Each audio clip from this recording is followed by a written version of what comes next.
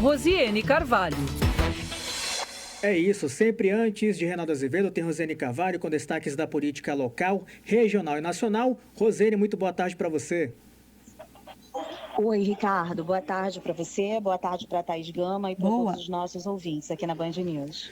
Rose, o senador Eduardo Braga afirmou em vídeo divulgado hoje na internet que vai lutar no Congresso para derrubar o veto do presidente Lula à sua emenda, na Lei Geral de Licenciamento Ambiental, o chamado PL da devastação. A proposta do senador isenta rodovias como a BR-319 da obrigatoriedade de licenças ambientais para obras de manutenção e melhorias.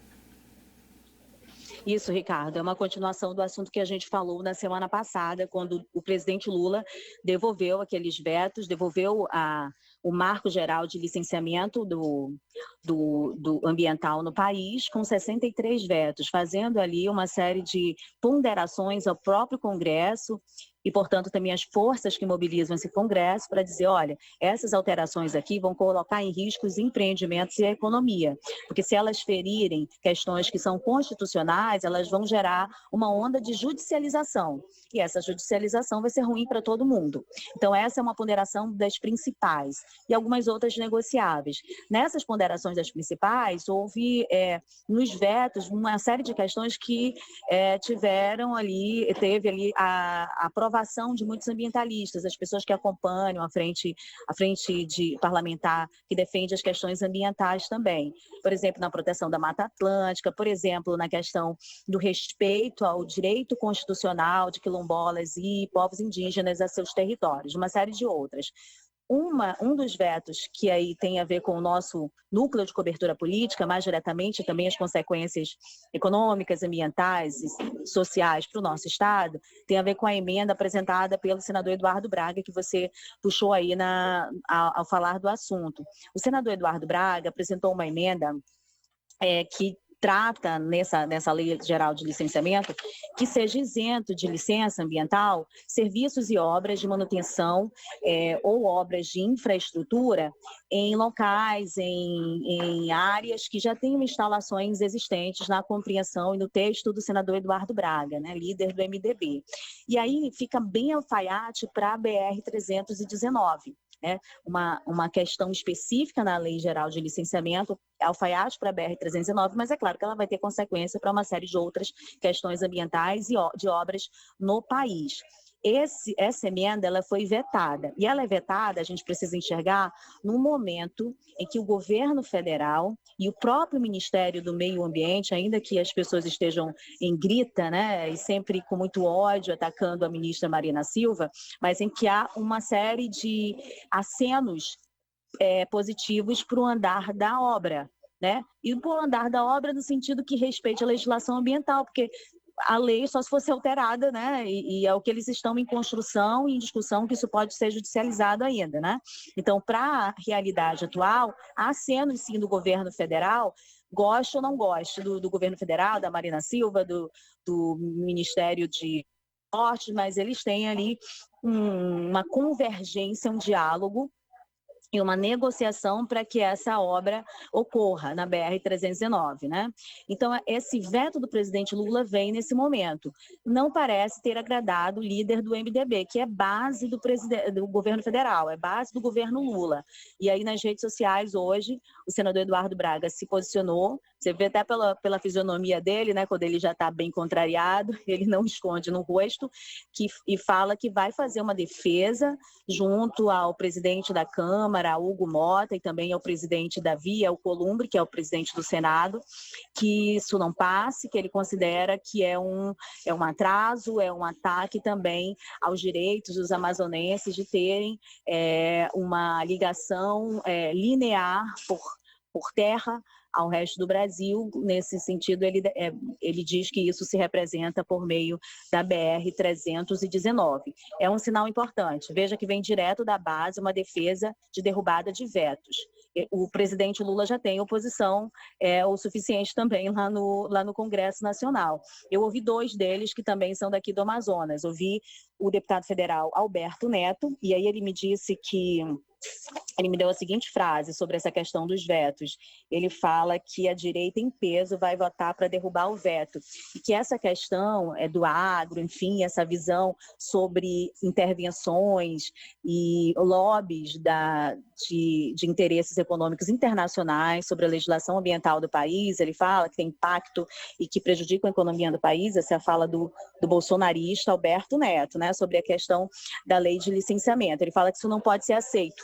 Intervenções internacionais na economia do país. Olha aí um ponto mesmo de ironia que talvez ele possa esclarecer um pouco para a gente num outro momento. Mas ele diz que não pode ser aceito, que por isso, mesmo com rusgas neste momento entre bolsonaristas e o Centrão, por conta daquele motim, né, que o Hugo Mota até representou hoje contra 14 parlamentares por impedimento de ocupação dele da mesa, da cadeira dele. Então, ele fala que, independente disso, eles devem votar em peso e derrubar os vetos do presidente Lula em relação à lei de licenciamento ambiental. O mesmo me falou o Fausto Júnior, que é um deputado federal do União Brasil. Ele fala que isso não tem nada a ver, as questões que estão acontecendo internas na Câmara, que estão tumultuando nesse momento a pauta da Câmara, elas não dialogam com a questão da lei de licenciamento ambiental. Ele fala que a tendência é ser derrubado por ampla vantagem de votação, tanto na Câmara como no Senado. Ele põe, além da relação do governo estar bem estremecida, esse é um tema muito importante, tanto para o agro, quanto para o avanço de obras estruturantes para o país. É a leitura do Fausto Júnior. E ele diz para mim o que é essa questão do motim é algo que tem viés ideológico, motivado pela polarização, mas que a lei do licenciamento terá votos, sim, até da centro-esquerda, e nisso a gente pode dar razão a ele, tendo em vista a própria fala e declaração do senador Eduardo Braga nas redes sociais agora.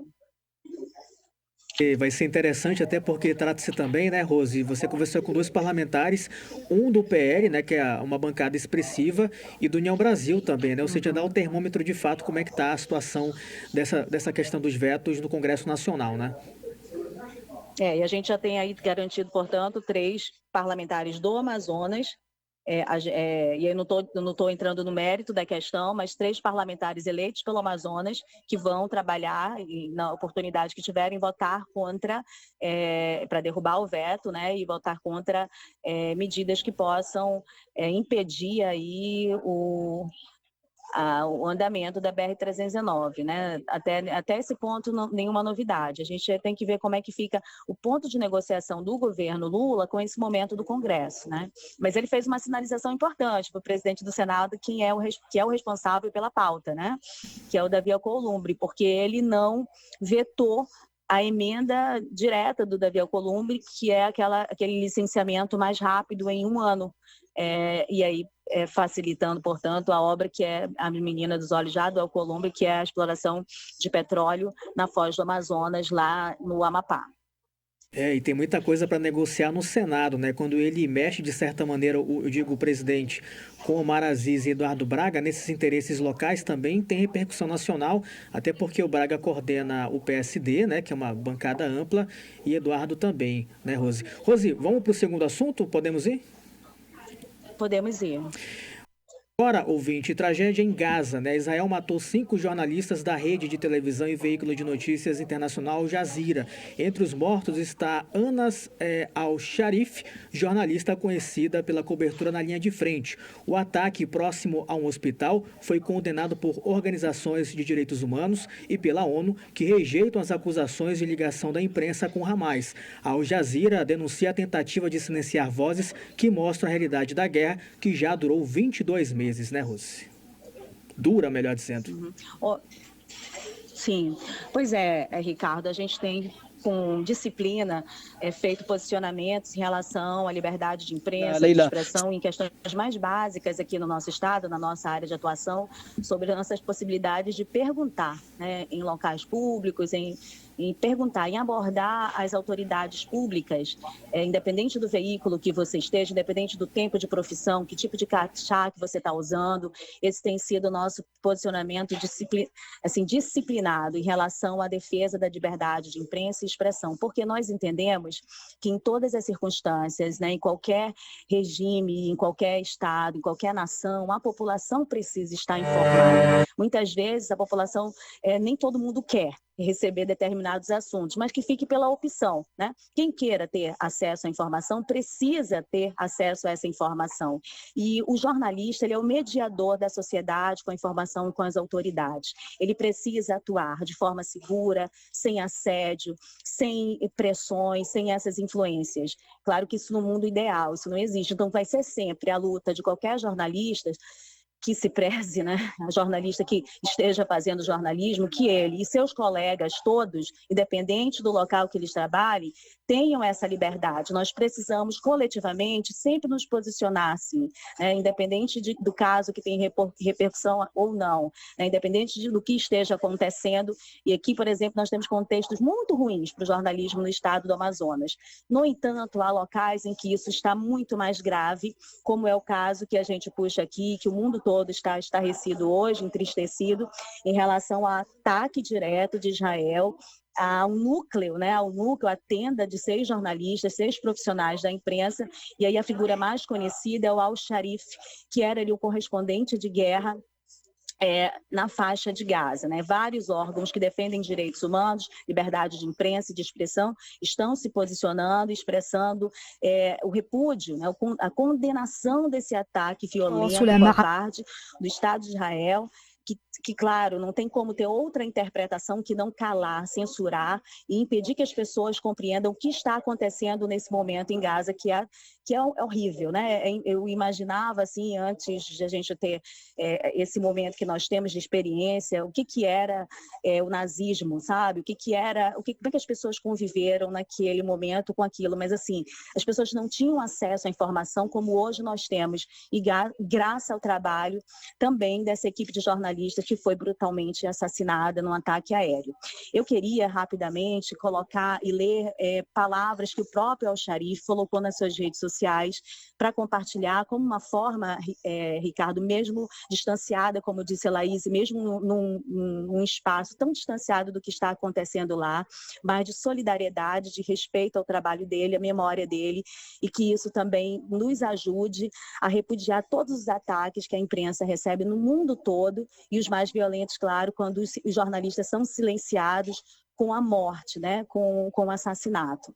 Bom, o Al-Sharif colocou assim na rede social dele: esta é a minha vontade, é a minha última mensagem. Se você recebeu essas palavras, saiba que Israel conseguiu me matar e silenciar a minha voz. O início da paz, misericórdia e bênção de Deus esteja sobre vocês. Deus sabe o que tenho feito todo o meu esforço e força para ser apoio e voz para o meu povo. Desde que eu abri os olhos para a vida nos berços e becos do campo de refugiados de Jabalia, e minha esperança era que Deus prolongasse a minha vida até eu voltar para minha família e entes queridos, para a nossa cidade natal de Ascalon, ocupada ao Masdal. Mas a vontade de Deus prevalece e a sua sabedoria. Já experimentei dor em todos os seus detalhes, já provei a dor e a perda repetidamente, e mesmo assim nunca consegui transmitir a verdade como ela é, sem falsificação e distorção. Que Deus seja nossa testemunha para aqueles que se calaram e aceitaram nossa matança. E aí ele segue com a carta, fazendo ali uma série de acenos e falas para sua família. Essa é a palavra final que ele pediu que publicassem caso tenha sido assassinado, porque o Estado de Israel fez uma série de ataques à imagem dele, à credibilidade dele, ameaças, antes desse ataque final, que colocou todas essas mortes relacionadas à cobertura da imprensa. Segundo a ONU, são 242 jornalistas mortos em Gaza desde o início da guerra. Obrigado, Rose. Até amanhã. Até amanhã. Ponto final. Tchau. Tchau, ouvinte.